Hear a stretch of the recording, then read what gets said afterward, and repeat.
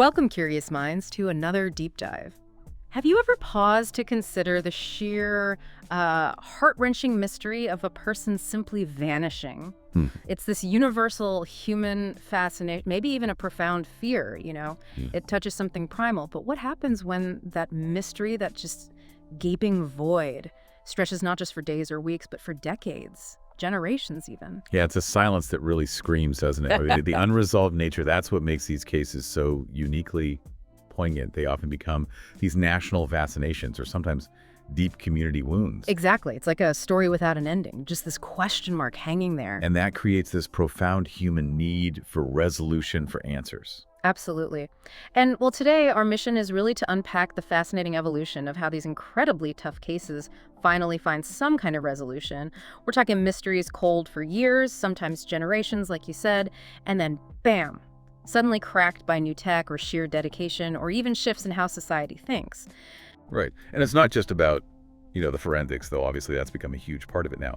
It's really about that deep human need for closure, for truth, for something to finally emerge from the shadows after all that time. Yeah, closure for families who've just been living in this agonizing limbo. Exactly. So this deep dive, it's based on a really rich stack of sources, articles, research, expert analyses, all shedding light on this pretty compelling topic. Our goal is to give you a really comprehensive understanding, the history, which is surprising, the human impact, which is profound, and these cutting-edge methods that are, well, more than ever bringing answers. So let's begin maybe by journeying back, tracing that historical arc of disappearances and how investigations have changed over, well, millennia, really. Okay. It's easy to think of missing persons as purely modern, right? Like police departments, databases, Amber Alerts. Right, tied to recent tech. Yeah. But the truth is, people vanishing. Mm. That's as old as civilization. So before formal law enforcement, before forensics, how did ancient societies even grapple with someone just disappearing? That's such a critical starting point, because if you look way back, someone disappearing was often put down to forces totally beyond human control. It might be seen as, divine punishment. Oh, okay. Like the gods were angry. Exactly. Or maybe the person did something terrible and this was the result. Or, equally impactful, it could be formal exile. Literally banished, never spoken of again, vanished from memory as well as physically. Wow. And of course, war abductions were incredibly common. People taken in conflicts, never seen again. It just lost numbers, leaving families in perpetual uncertainty. And it wasn't always just physical disappearance, was it? I found this fascinating bit in our sources about ancient Rome, damnatio memoriae. Oh yes, the erasure from memory. Chilling stuff. Totally. It was a political punishment, right? Yeah. Wiping someone's name, their image from records, monuments, basically scrubbing them from history itself. It's a profound kind of disappearance, isn't it? Even if you knew they died, denying their existence. It underscores this long-standing struggle with absence, with manipulating memory. What's really fascinating, though, is how universal this idea is, someone just being unaccounted for. Our sources mention indigenous cultures had their own explanations, too. Yeah, absolutely. Things like spirit journeys where someone might go on a quest and just not come back. Yeah. Or maybe abductions by supernatural forces. Not seen as crimes like we think of them today, but still, these profound events leaving that same agonizing void for the community. Right. The core experience, someone's here, then they're just gone. That resonates through time. It shapes beliefs, anxieties. Okay, so from those ancient echoes, let's fast forward to the formalization of the search, particularly in the U.S. We start seeing the real dawn of detective work when late 19th century. Yeah, roughly the 1870s to the 1890s. That's when you get the Pinkerton National Detective Agency really coming onto the scene, a name everyone knows now. The Pinkertons, right? They started doing formal investigations into disappearances, which at the time was pretty groundbreaking. They really laid the groundwork for private detective work, a more organized, systematic approach. Because before that, it was mostly just local sheriffs. Very fragmented. Very fragmented, limited resources, poor communication between areas. Pinkerton brought a level of professionalism, reach across states. They operated where official law enforcement was maybe still developing or just overwhelmed. Okay. And then early 20th century, the 1910s, things start shifting in public awareness. Big time. That's when you start seeing the first widespread media reports, especially about missing women in the U.S. Yeah. Often sensationalized, mind you. But it signaled this growing public awareness, maybe fear too. Fueled by things like early serial disappearances in cities? Exactly. It forced communities to confront this reality in a new way. The media started playing this powerful, sometimes complicated role in shaping how society saw these cases. And if there's one case that just catapulted missing persons into the national consciousness, it has to be the Lindbergh baby kidnapping in 1932, right? Oh, undoubtedly. That wasn't just local news. It became this unprecedented national obsession. Dominated headlines, sparked massive public outcry. Our sources call it a monumental turning point. It really was. The scale of the search, federal involvement, it showed the emotional weight these cases could carry, and it left this indelible mark on the American psyche. Everyone wanted answers. And that huge event must have pushed for better systems, right? More institutional frameworks. It certainly catalyzed things. Yeah. A huge step came in 1967 with the FBI introducing the National Crime Information Center, NCIC. NCIC. Okay, what was so significant about that? It was a massive leap because it finally allowed law enforcement across different jurisdictions, different states, to share missing persons data and other crime info easily. Before NCIC, if someone vanished in, say, Ohio and turned up deceased in California, connecting those dots was incredibly hard. Right, almost impossible sometimes. NCIC created this central database, made it much harder to just disappear across state lines without a trace, forced agencies to collaborate more. Okay, that makes sense. And then jumping ahead again, 1984. The Adam Walsh case. Such a tragedy. A terrible high-profile case that really hit home for parents everywhere. And directly following that, we saw the founding of the National Center for Missing and Exploited Children, NCMEC. NCMEC, still hugely important today. Absolutely. It's had this lasting, profound impact. It basically became the national hub for missing and exploited kids' cases, providing resources, family support, coordinating efforts. It fundamentally changed how missing child cases were handled, how they were prioritized, gave a voice to the most vulnerable. It's amazing how these tragic events spurred such necessary changes. As we move from those foundational steps into the 2000s and really up to today, we're seeing what you can only call a revolution in cold case resolution. Yeah, how so? Well, this era has just seen these exponential advances in DNA analysis, digital forensics, and maybe the biggest one, genetic genealogy. These have directly led to solving decades-old cases that seemed utterly impossible before. Wow, so technology is finally catching up to these old mysteries. It really is. It's a whole new chapter. It's incredible thinking how far we've come from, ancient superstitions. But even with all this progress, there are some, lesser-known historical facts that just underscore the sheer scale of this throughout history. Our sources mention World War II. The number is staggering. It's almost impossible to comprehend. Over 1.2 million people unaccounted for just across Europe during WWII. 1.2 million. Think about that. Individuals swallowed up by the chaos of war. Many never identified, never got home, just vanished. The challenge of identifying even a fraction of them, bringing any closure, it speaks to this historical scale of disappearance that's just staggering. And that's just Europe, right? The global number. Could be even higher, yeah. It highlights the human cost. And on a different note, something called the Doe Network. That sounds interesting. It is. It's a fantastic example of early citizen involvement, way before the internet age really took off like it is now. Yeah. It's this volunteer-led archive, basically, for unidentified bodies and long-term missing persons. And they've actually solved cases. Volunteers. Remarkably, yes. More than 100 cold cases, largely with amateur help. It really signaled the early rise of citizen involvement, showing that the drive to find answers wasn't just limited to official channels. That's amazing, like a grassroots effort for justice. Exactly. It showed the power of collective intelligence, people pooling information long before digital crowdsourcing became a buzzword. That's a really powerful point. Okay, so from ancient myths to modern tech, that drive to find the lost has always been there.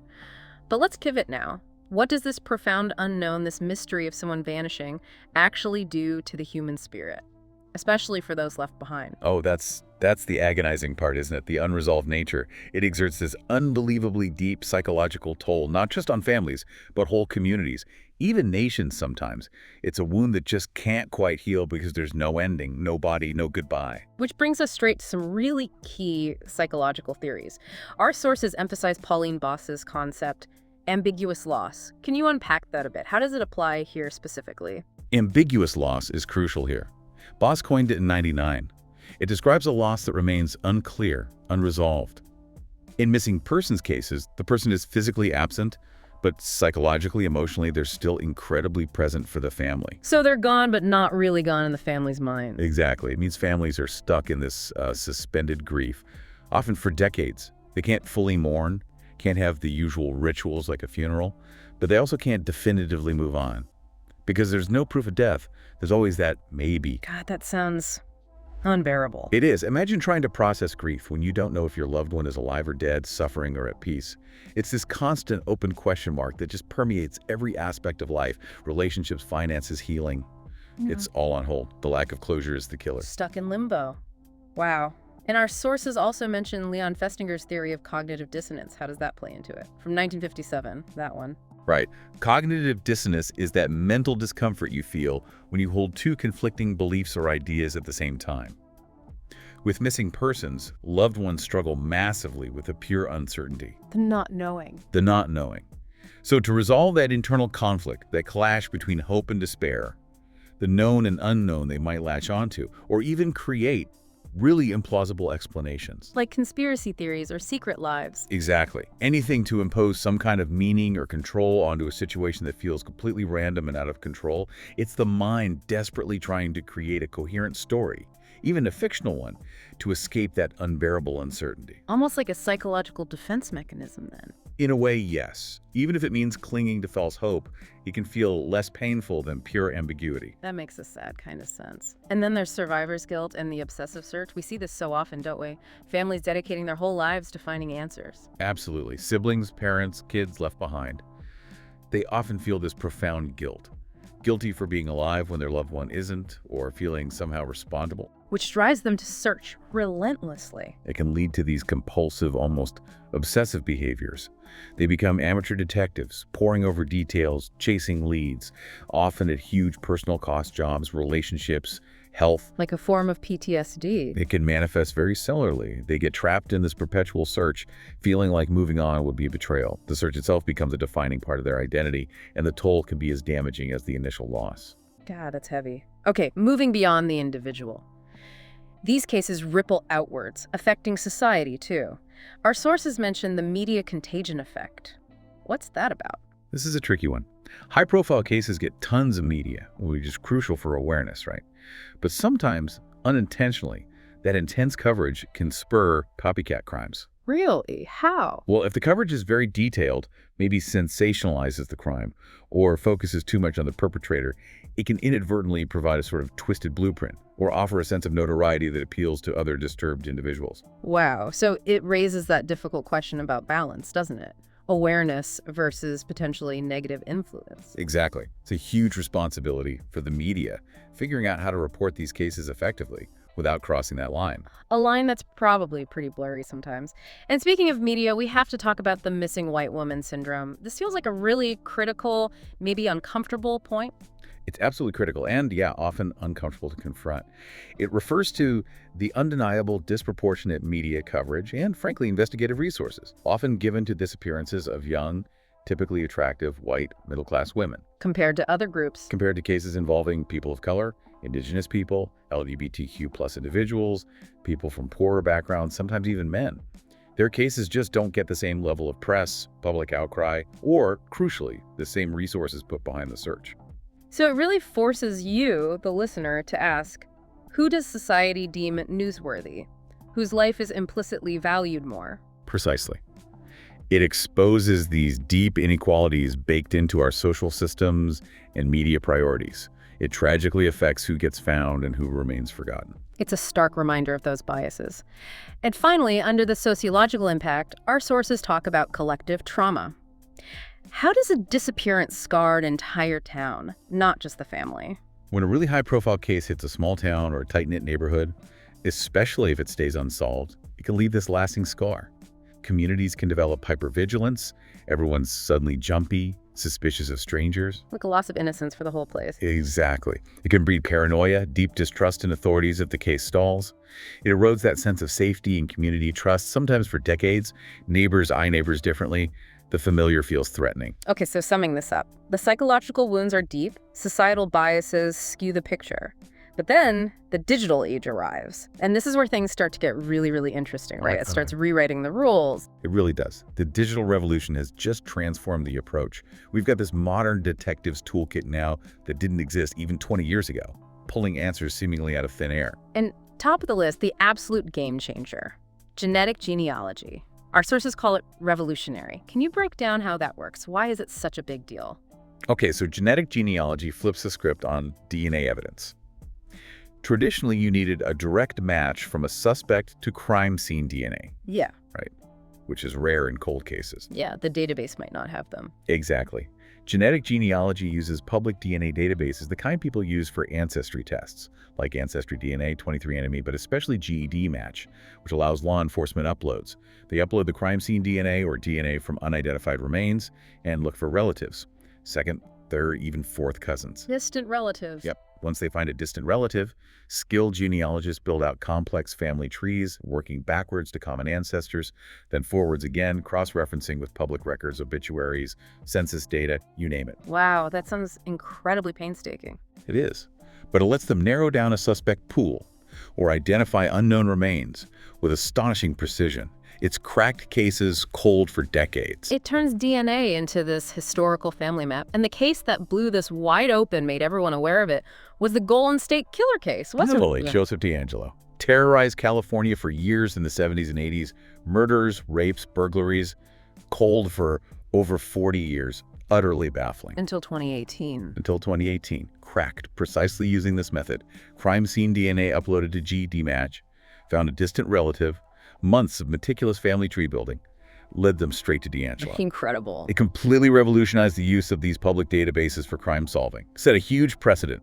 Proved even the most elusive ghosts from the past could be found through their family's genetic legacy. A genetic breadcrumb trail, decades later. Amazing. Okay, beyond that highly specialized DNA work, what about open source intelligence OSINT? Sounds very spy novel. Huh. It does, but it's actually much broader now and, importantly, more accessible. OSINT is basically using publicly available information, anything online, really. Social media, news archives, public records, forums, satellite images, even TikTok videos. To piece things together. Exactly. Yeah. To gather intelligence, build a picture, and what's exploded recently is citizen involvement. You've got Reddit threads, Facebook groups, amateur sleuths digging through this stuff, participating in active casework, essentially. So ordinary people can actually contribute to solving real cases from their laptops. They can, and they do. It's democratizing the search for truth in this unprecedented way. That sounds incredibly powerful, but potential pitfalls, big ones, I imagine. Oh, huge. The benefits are obvious: more eyes, diverse perspectives, leveraging digital footprints. But the risks are serious.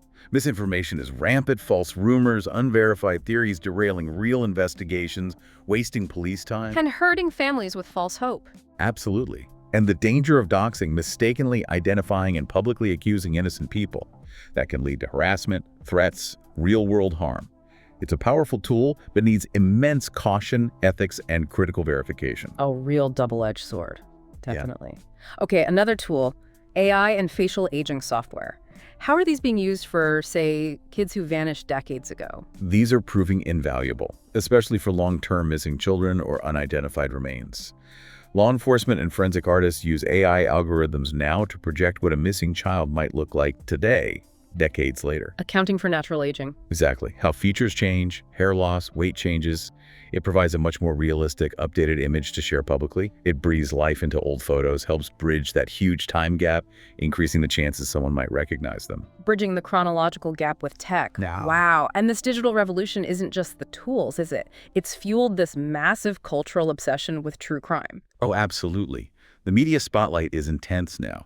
Think of shows like Unsolved Mysteries, Cold Case Files, they've been around. But now add the explosion of podcasts like The Vanished, Serial. They dive deep. And they don't just entertain, right? They actually help. They often do. They bring renewed attention, public pressure, generate fresh tips, keep cases from fading away. They turn these cold files into compelling stories that millions engage with. And it's not just passive watching or listening anymore. People get involved. You mentioned online communities, like web sleuths. Web sleuths is a prime example, but there are countless others. These communities are powerhouses of collective intelligence. Thousands of dedicated volunteers spending incredible hours sifting through data, discussing theories, spotting inconsistencies. And they've actually solved cases, or helped significantly. Yes, in some remarkable instances, they've directly led to breakthroughs through this crowdsourced analysis.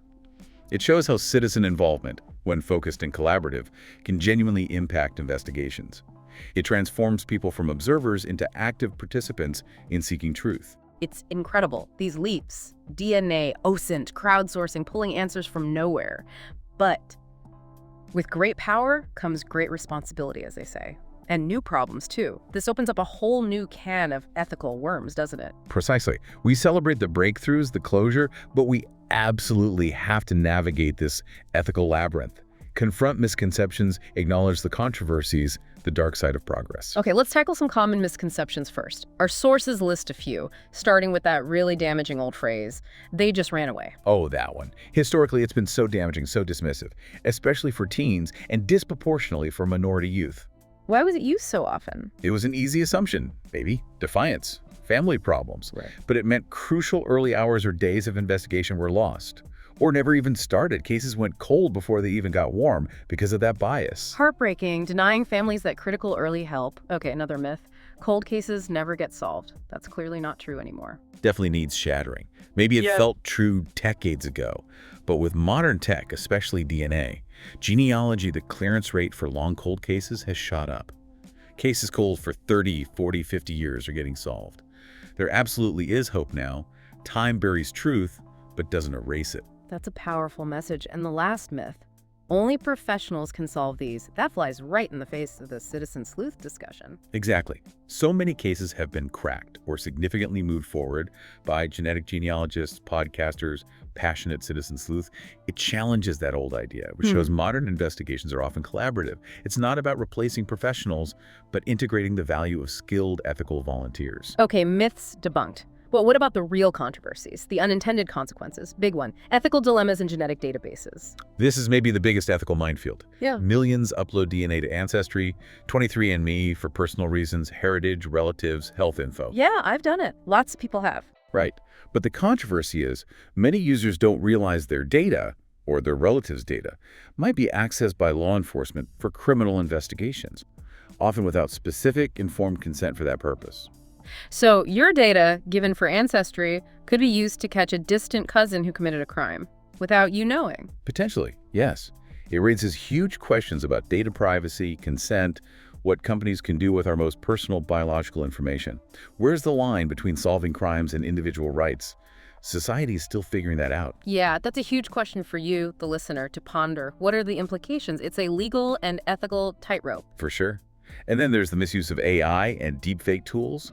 We talked about AI for facial aging, which is helpful, Yeah. but there's a dark side. How so? Unethical people, maybe hoaxers or just reckless sleuths, can use these tools to create fake aged-up photos of victims or even manipulate images or videos using deepfakes. Which causes what? False hope, misinformation. All of the above. Devastating false hope for families, spreading misinformation that wastes police time, even wrongly accusing people. It causes immense distress and just muddies the waters. It needs extreme caution and ethical guidelines. Okay, so connecting the dots. The tools are powerful, offer hope, but need careful handling ethical frameworks. Which brings us to what the experts on the front lines think about all this. Yeah, hearing from those immersed in it, practitioners, researchers, is crucial. Our sources highlight criminologist Dr. Michelle Genus. What's her key argument? Her research suggests something really compelling. Media visibility is often the strongest predictor of whether a case gets resolved. Wow. So public attention really matters that much? It seems to. Yeah. When a case stays in the public eye, news, documentaries, social media, it generates more tips, keeps pressure on authorities, prevents it from being forgotten. It shows public engagement, despite its issues, is often vital, turns private grief into a public quest. The spotlight matters. Okay. And then there's Paul Holes, the investigator famous for the Golden State Killer case. His take. Holes, from his deep experience, absolutely emphasizes genetic genealogy as the ultimate game changer, especially for unidentified remains, the does. Giving names back to the nameless. Exactly. For decades, they were just lost stories. Genealogy now provides a path to identify them, restore their dignity, and potentially use that ID to find their killers. He sees it as truly transformative for clearing those toughest cases, bringing answers Finally. Those are the practical views, but what about other perspectives, more cultural or narrative ones? Our sources mention cultural theorists linking this obsession to the hero's journey. Yeah, that's a fascinating lens. The idea is that ordinary people, families, sleuths, podcasters, become these modern-day questers. The missing persons case is their challenge, their puzzle to solve. Tapping into our need for closure, for justice prevailing. Exactly. That innate desire for a story to have an ending, for triumph over the unknown. It's that ancient hero narrative replaying now, with regular people as the heroes refusing to give up. That makes a lot of sense. We crave that resolution, and anthropologists take it even further, linking it to folklore. They see echoes of ancient folklore patterns, monsters in the shadows, journeys into forbidden places, the miraculous return of the lost. These modern cases tap into those deep human fears and hopes, fitting into familiar story structures that resonate across cultures and time. They're not just news. They're like modern myths being written. Wow. Okay, these different angles help us understand not just how cases get solved, but why we're so captivated. Let's make it concrete now. Let's look at some landmark cases that really illustrate all these themes. Absolutely. Case studies bring it all home, showing the human impact and the quest for answers. And we have to start again with the Golden State Killer, Joseph DeAngelo. Its significance just keeps coming up. It really can't be overstated. Cold for 40-plus years, terrorized communities. Solved in 2018 purely through genetic genealogy via GD match and a relative. It wasn't just one case, it revolutionized the entire field. Provided the template, proved it could be done. A true paradigm shift. A watershed moment. Yeah. Okay. Then there's Carlina White, 1987-2011. This story is incredible because the victim solved her own case. It's extraordinary. Kidnapped as a baby from a Harlem hospital in '87, raised by her abductor. But as a young adult, she felt inconsistencies. Things didn't add up about her birth, her identity docs. She trusted her gut. Totally. She started her own investigation, found her birth certificate, contacted NCMEC, and was reunited with her biological parents after 23 years. It's this amazing testament to individual agency, the drive for truth, the need to know who you really are. What a story. Just wow. Then, a more complex, tragic one. Etten Patz, 1979-2017, illustrates the difficulty of closure. It does. Etten vanished in NYC in '79, became one of the first milk carton kids, a national symbol, cold for decades. Confession finally came in 2012, conviction in 2017. But the evidence around the confession remained controversial, debated. So even with a conviction, questions lingered. Exactly. It raises that tough point. How complete is closure when parts remain contested or ambiguous? An arrest doesn't always erase all doubt or heal the wound entirely. Sometimes it just swaps one uncertainty for another. A sobering reminder. And finally, Jamie Kloss, 2018. More recent, but significant why. Jamie's case, while recent, brought this huge wave of hope. Kidnapped after her parents were murdered, held captive for 88 days, her survival and escape against all odds. It showed it was possible. It showed that even in the darkest situations, a positive outcome survival, escape is still incredibly possible. It revived hope for families in long-term cases, reminded everyone never to give up hope no matter how impossible things seem. Okay, here's where it gets really interesting, connecting these stories globally. Because the search for the missing looks very different around the world, doesn't it? Different cultures, politics. That's so crucial. The experience is universal, but how it's handled, reported, investigated, resolved varies dramatically, reflects different values, laws, systems. Let's start with home base, United States and Canada, the true crime hub. Yeah. Here you see heavy media coverage, Amber Alerts, dedicated cold case units, and that massive true crime culture, TV, books, podcasts, online groups. Public engagement is high, which fuels awareness, generates leads, keeps pressure on. It's a very public environment for these cases. Now contrast that sharply with Japan. Our sources mention the Setagaya family murder brutal, unsolved, but largely taboo in media. Why? It's a stark difference, rooted in cultural values. There's a strong emphasis on social harmony. Why? Publicizing disturbing, violent details is seen as disrupting that, causing unnecessary fear or distress. And stigma. Huge stigma around being a victim or having a relative disappear. Families often prefer privacy, dealing with it internally. While understandable culturally, it does raise questions about whether that silence helps or hinders finding justice. Fascinating contrast. Okay, Latin America. Disappearances often have a political dimension. Terrifyingly often, yes. Think of the desaparecidos in Argentina. Tens of thousands forcibly disappeared by the state during dictatorships. Disappearance used as a tool of repression. So the state itself is involved. Which means cases can stay open for generations, not just due to lack of evidence, but because of systemic corruption, political unwillingness, active obstruction. The search for truth becomes a fight against the system itself. Horrifying. And finally, Middle East and South Asia. Issues of honor and the role of activists. Complex dynamics here too. Family honor and fear of social stigma can prevent reporting, especially if a woman is missing, or the circumstances seem shameful. So cases go unreported. Sometimes, tragically, yes. And in that gap, activist networks, human rights groups, journalists often step in. They courageously document cases, advocate for families, push for investigations where official channels fail or are reluctant. Shows the vital role of civil society when systems fall short. So what does this all mean? Globally, it's the same human tragedy, but the context, cultural, political, shapes everything. Okay, let's pull back for critical analysis. Strength, weaknesses, dangers of this whole modern search effort. Yes, vital to weigh it all up. The potential, the limits, the risks. Let's start with the strengths. What are the big positives? Undeniably, technology, especially genetic genealogy combined with public interest, are powerful forces for justice. Unprecedented opportunities for resolution. Cases cold for decades are finding closure. Which brings healing. Immense healing for families stuck in limbo. Restoring identity, knowing what happened, maybe holding someone accountable. That's invaluable. Allows grief and healing to finally begin. So crucial. But the weaknesses, what challenges persist? Media bias is still a huge one. That hierarchy of whose story gets told, who gets resources, the missing white woman syndrome, perpetuates inequality. Cases involving marginalized groups get less attention, fewer resources. And the amateur sleuths. Amateur overreach is a real issue. Well-intentioned people can hinder investigations, spread bad info, misidentify people, causing harm. Needs caution, collaboration, professionalism, even from volunteers. A tricky balance. Okay, beyond individual cases, broader benefits to society. Definitely. Collective memory and community action fueled by media. Citizen engagement can force institutional reform. Pressure authorities to improve methods, accountability, resources, systemic change. And forensic science advances. Absolutely. Cold cases push the boundaries of DNA, toxicology, digital forensics. Those advances benefit all investigations, raising the bar for everyone. Good points. But the dangers, ethical minefields, human costs. The misuse of DNA databases is still the big one.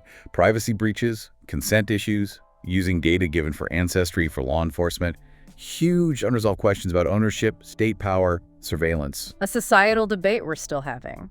And the psychological toll isn't just on families. No, it hits the online communities, the sleuths, the investigators too. Vicarious trauma, burnout from constantly engaging with tragedy, it's heavy work. And re-traumatizing victims. Critical risk.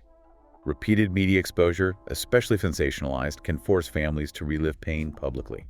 Need sensitive, empathetic handling. Prioritize victims' well-being. Okay, so incredible strides, but always shadowed by ethical questions, human costs. Which brings us to a final reflection. Why do these stories grip us so much? What do they say about us? It comes back to that core thing, doesn't it? The profound mystery of disappearance. It challenges our need for closure, justice, narrative resolution. It challenges our understanding of existence itself when someone just ceases to be present. And solving these cold cases? It's more than just procedure. It's restoring identity, right? Rewriting forgotten histories, honoring memory. Precisely. Ensuring the vanished aren't truly forgotten. Giving their story an ending, however tragic.